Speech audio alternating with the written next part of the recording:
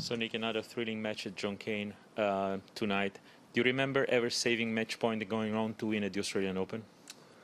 No, I don't think I've ever saved match points before at the Australian Open. I've had match points and lost, but yeah, that match was a crazy one. I've been a part of a lot of matches, and that one has been definitely one of the most memorable ones. But I'm still kind of in awe about the atmosphere. The stadium definitely didn't feel half full. That's for sure.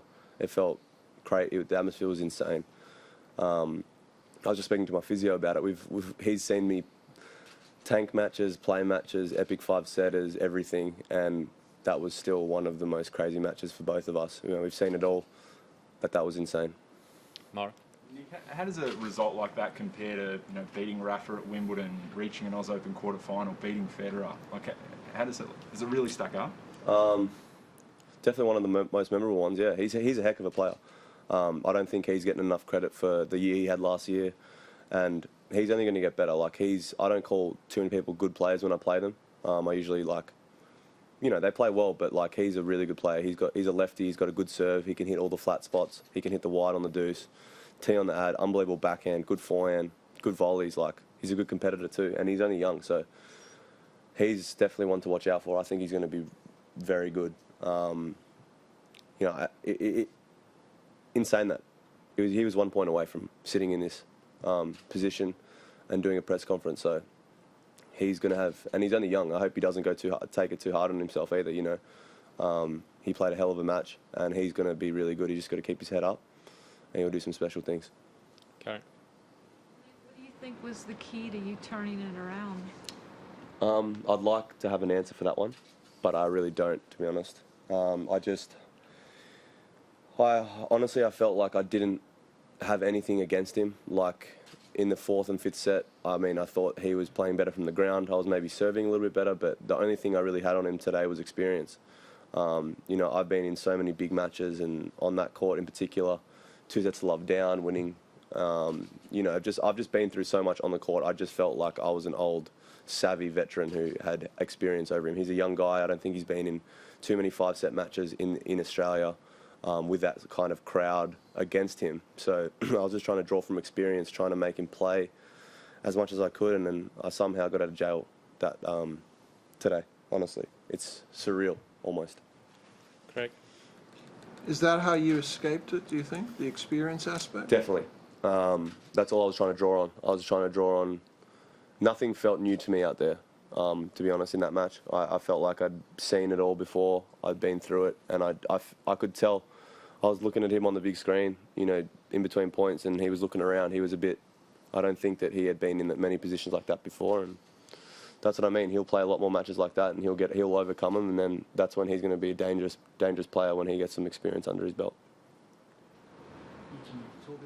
I think you said to Jim Courier you went to some dark places towards the end when Ugo had some match points. Can you expand a little bit on what you're talking about there? Well, as you know, the media doesn't hold back on me. I was definitely thinking about, I feel like there's a lot of expectation on me, not playing for a year and coming back, and I wasn't expecting too much of myself. But of course, when I match point down, second round exit, I was almost afraid. I was afraid to come into this room, go to my Airbnb and just read about it, and take it all in, take all the negativity in that I've already taken. It's not easy to come back and try and put it all behind, and that's what I was thinking about. I was just like, my back's up against the wall, and I don't know how I got out of it. It was insane, but I don't know how I would have reacted to the negativity this year, I don't know. Mark? With what you say there, Nick, what you were going through, the dark thoughts you were having, the fact that you dropped that break to start the fourth, and then your willingness to go 2 metres behind the baseline and be patient, composure, defend as hard as I've ever seen you play. How impressed are you that you were able to do that and, when all the emotions were flowing and correct yourself and get back into the game? Yeah, I never doubt. I know that many people don't think that I have a heart or, compete as hard as they want me to compete from time to time. But, I've been through a lot, and, I didn't just, put my hand in a lucky dip and just appear here. I put in a lot of hard work when I was young. I've gone through a lot, and I've nothing's really been handed to me. I've won all the matches on my own. I don't have a coach. I do everything basically on my own, and I always got myself. I always got my back, and I don't know. Like, I was in that moment, I was just like, dude, let's just keep pushing, and maybe something special can happen. There was a moment in the fourth where I broke back. I was like, dude, this could be one of the most memorable matches of your career, and you owe it to yourself. Like, I put myself in a position to have moments like this. I mean, yeah, like, I keep surprising myself. Last two questions in the room. There and there. You didn't seem too content with your form in that first round, despite winning in straight sets. You happy with how you played today, and do you feel like you're getting better with each match at this level? Yeah, I probably played a little bit better today, I thought. My body is still adapting. I honestly have no idea how I was so...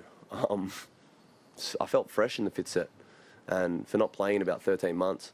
It's pretty crazy that I felt like I looked the fresher of the two at the end of the match, which is mind-boggling for me. But yeah, I feel like I played a little bit better today. I definitely had to play better. He's a hell of an opponent. In the top 30 in the world, you're not going to be a walkover. But yeah, I mean, I'm happy with just winning, man. Like, at this stage in my career, I feel old. I just want to have a glass of red wine, man, after a match like that. Like, I don't know. I don't know. I'm playing better. Hopefully, I'm going to have to play better again against Thiem, that's for sure, but I'm not thinking about it. Last. What I was going to ask you. I know you're not. I appreciate that you've just come off, but we're not going to see you before then. If you could just look at the option of playing Thiem in a couple of days and what you're going to have to do. Well, he's probably one of the most physical guys on tour. He's an extremely good player. I've actually seen him progress because he's a bit older than I am. I actually saw him in juniors, and then I saw him struggle for a couple of years, futures, challies, and then to see him get to the top of the game, it's been actually pretty cool to see him develop and finally find what he needs to do to win matches. He trains like an absolute animal. He's consistent every day. And I actually have a lot of respect for him. I think his style of tennis is not easy to play. He's super physical, but I'm not even thinking about it. Like, I'm just hurting thinking about playing him right now. But, I've got a bit of doubles tomorrow with Thanasi. That's all I'm looking forward to. Hopefully, I think that matchup with Steph's going to be a lot of fun to watch. It's going to be a great atmosphere. I'm happy for him. I'm just happy that he gets to experience a match like that again, to be honest. Like, he deserves it. He deserves to go out there with the fans and play some of the best players in the world because he belongs there. And then I got doubles tomorrow. But what happens against Thiem happens. I'm going to go out there, serve, play with instinct, and if it's enough, it's enough. If it isn't, I'm all right with that. Thank you. We will move to online questions. Our first one from metro.co.uk, George Belshaw. Hi, Nick. Well done today. Cheers, mate. In the past, you've spoken looks like about Andy Murray. Yeah, I know. I like that often. I've had someone mistake me for Jamie as well before in a bar in New York. Oh, that's funny. Yeah, go ahead. Sorry, mate. That's right. I was just going to say, you in the past have spoken about how you really get yourself up for big matches when you're playing guys like Rafa, Novak, Roger. Just wondering now, Thiem, presumably you see him in that category, and in your last matches against Nadal, while they've been really, really good, he's been able to kind of handle the occasion and beat you in 4 close sets. Yep. Are you expecting him to be able to handle you in that sort of occasion with a big Aussie crowd behind him as well? Oh, no doubt that he's overcome some crowds against him. He's had some great results, and he's played some of the best players, and he's one of the best players in the world. So he's for sure going to be able to rise to that occasion. He's not going to be scared about it. He's excited. That's why it makes him so good. He's one of the players that loves to thrive in big match situations, and I know that. I know that he's capable. You're not going to make Grand Slam finals and win slams if you're going to be scared of a little bit of an Aussie crowd. So, yeah, I'm expecting him to play his best tennis, and I'm not going to go in there saying I'm playing my best tennis or I'm feeling the best, but I'm going to go in there saying I got a good chance. Thank you. Our next question from ESPN, Francisco. There he is. Well done, Nick. Djokovic question for sure. No. There is no Djokovic question. Okay. Last week, last week you spoke about a change of perspective in your way. I would like to know if you think that was a key for today's match, and if you enjoyed tonight's match. Yeah, I definitely enjoy it now. I wasn't enjoying it when he was chopping me up. I was trying to figure out how to get into his service games. I was just trying to focus on what I needed to do. I wasn't really thinking about perspective or any of that. You know, I was okay with losing tonight as well. As I walked on the court, I knew I was playing a top player, and if he beat me, I was going to be okay with that. But I wasn't really thinking about perspective during the match. I was just trying to find a way to win, and I definitely enjoyed the crowd. The crowd was awesome tonight. That court's so special. I've had so many good memories on it, and and then the crowd's awesome. Like half packed, and it felt like it was a full stadium. I got goosebumps towards the end. I didn't even know what to say. So yeah, I definitely enjoyed it. Thank you. Our final two questions. First one from the Sun, Robert Maul. Hi, Nick. Can you talk us through the net call drama, please? And has that something that's happened to you before in matches? What would you like me to talk about specifically? Well, your perspective. I mean, you obviously spoke to the umpire. We saw that. Yes. What lessons can be learned, do you think, from the organisers? Because clearly it was faulty. Man, it's tough because having technology like that, you sound like an idiot trying to like argue against it.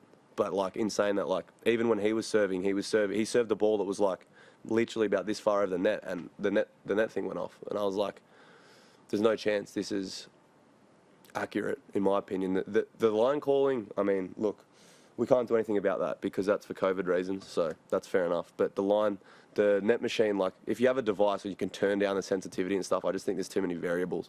She was like, oh, I turned the sensitivity down, yet it was still beeping when the serves were a good like inch above the net. So I don't know. I don't have the solution. I just think when we're 1-0 in the fifth set, 30-all, and she's trying to tell me I understand that it's affecting the match, I'm like, I don't think you do. There's like plenty of like writing on this match. Like it's hard to just take that as an answer. Like I understand. Like you don't understand. But I don't know what you can do about it. So I don't know. Maybe they need to upgrade their technology because the remote thing looks whack. Thank you. And our final question from The Guardian, Tumaini. Hi, Nick. Hey, mate. You're sounding like an old veteran there, so I'm curious how long you felt like that. And also, you mentioned that you didn't want to go and read the negative stuff. Do you actually like avoid reading that kind of stuff? Well, I just know that, you know, every tennis player deals with negative stuff, but I'm not trying to play a victim here, but like, you know, I don't live under a rock. I know I cop a lot of flack for everything I do.